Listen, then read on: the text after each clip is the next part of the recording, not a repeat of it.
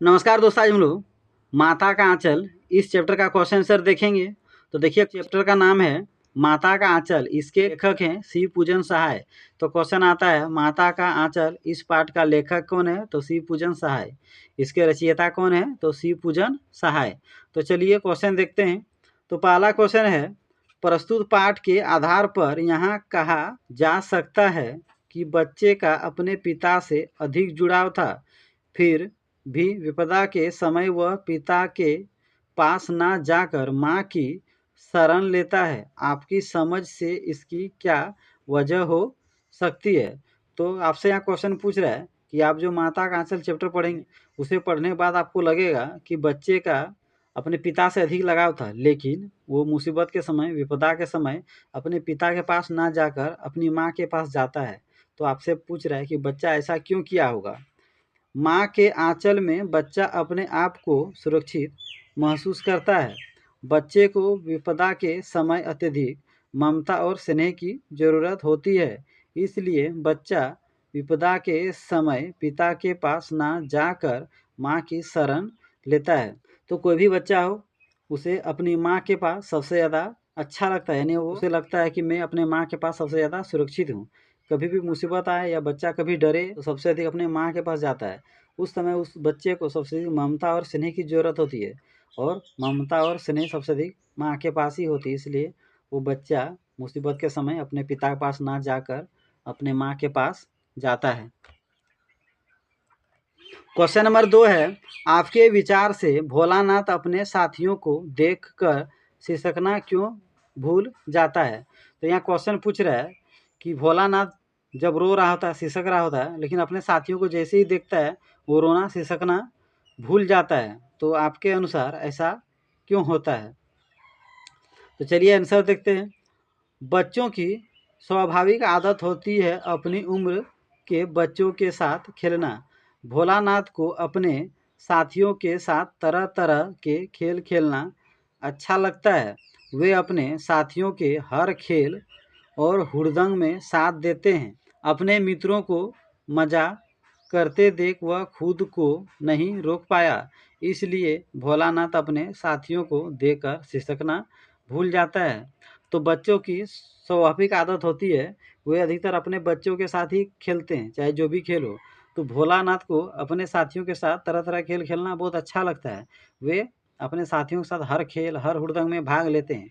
अपने दोस्तों को, अपने मित्रों को, अपने उम्र के बच्चे को उस तरह मजा करते देख भोलानाथ भी अपने आप को नहीं रोक पाया, इसलिए वे अपने दोस्तों को जैसे ही देखा वो सिसकना भूल गया। क्वेश्चन नंबर 3 है, आपने देखा होगा कि भोलानाथ और उसके साथी जब तब खेलते खाते समय किसी न किसी प्रकार की तुकबंदी करते हैं। आपको यदि अपने खेलों आदि से जुड़ी तुकबंदी याद हो तो लिखिए। तो इस टाइप से क्वेश्चन पूछेगा तो इसका सबका आंसर अलग होगा। तो उसका आंसर है, अटकन बटकन दही चटाके बनफूल बंगाले। तो ये एक तुकबंदी है जिसे बचपन में बहुत ज़्यादा बोला जाता था। अकड़म बकड़म बम्बे भो 80-90 पूरे 100। तो ये भी बहुत फेमस तुकबंदी है। तो ये आप दोनों याद करके लिख सकते हैं।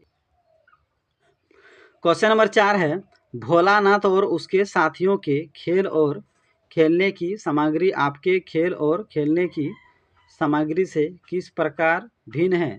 तो यहाँ क्वेश्चन पूछ रहा है कि भोलानाथ और उसके साथी जो खेल खेलते थे, खेलने के लिए जिन सामानों का प्रयोग करते थे, और आप जो खेल खेलते हैं और आप खेलने के लिए जिन सामानों का उपयोग करते हैं, वे एक दूसरे से कैसे भिन्न हैं?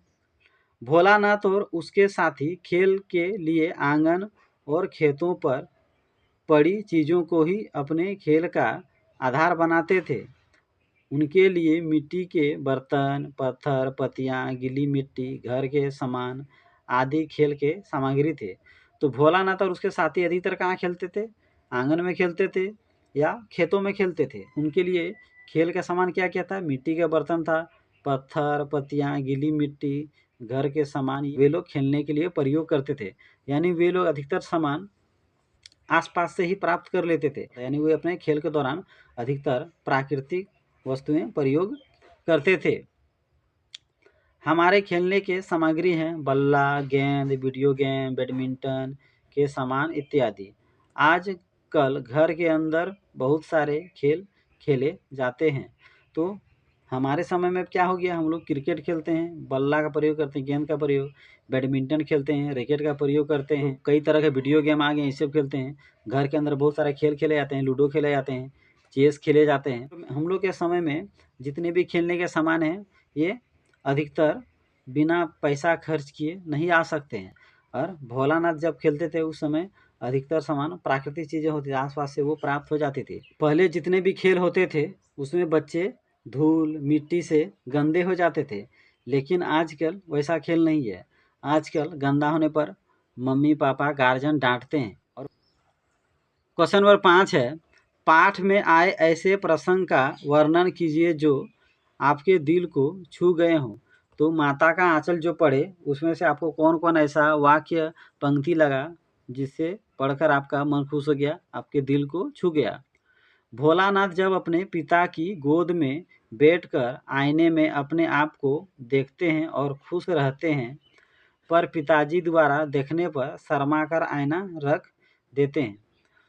तो एक बार भोलानाथ अपने पिताजी के गोदी में बैठकर आईना देख रहा था और आईना में देख देख के अपने आप को देख के बहुत खुश रहा था, हंस मुस्कुरा रहे थे। लेकिन उसके पिताजी ने उसे जैसे ही देखा तो वे शर्मा गए और शर्मा कर आईना रख दिए। ये दृश्य दिल को छू लेने वाला था। बच्चों द्वारा बारात का स्वांग रचते हुए दुल्हन को लिवा लाना, पिता द्वारा दुल्हन का घूंघट उठाने पर सब बच्चों का भाग जाना। तो खेलने के दौरान वो लोग दुल्हन बारात इस तरह का खेल खेलते थे और पिताजी जब घूंघट उठाते थे तो सब बच्चा शर्म के मारे भाग जाते थे। बच्चे का अपने पिता से कुश्ती लड़ना और पिता का जानबूझकर नीचे गिर जाना। तो भोलानाथ के पापा भोलानाथ से कुश्ती लड़ते थे और उसके पापा जानबूझकर जमीन पर गिर जाते थे, मानो दिखावा कर रहे हैं कि भोलानाथ ने उसे पटक दिया। इससे भोलानाथ बहुत खुश होते थे। आपके लाइफ में भी इस तरह से घटना हुई होंगी। बच्चे द्वारा पिता का मूंछ खींचना और पिता का खुश होना। तो भोलानाथ अपने पिताजी का मूंछ खींचते थे और पिताजी बहुत खुश होते थे। इससे भोलानाथ और भी ज़्यादा खुश हो जाता था। ये भी घटना दिल छू लेने वाली है। माँ के आंचल में छिपना खिसकना माँ की चिंता। तो भोलानाथ जब अपने माँ के आंचल में छिप जाते थे, खिसकते थे, कभी गिरने पर चोट लग जाता तो उसकी माँ को बहुत चिंता होती थी। क्वेश्चन नंबर 6 है, इस उपन्यास अंश में 30 के दशक की ग्राम्य संस्कृति का चित्रण है।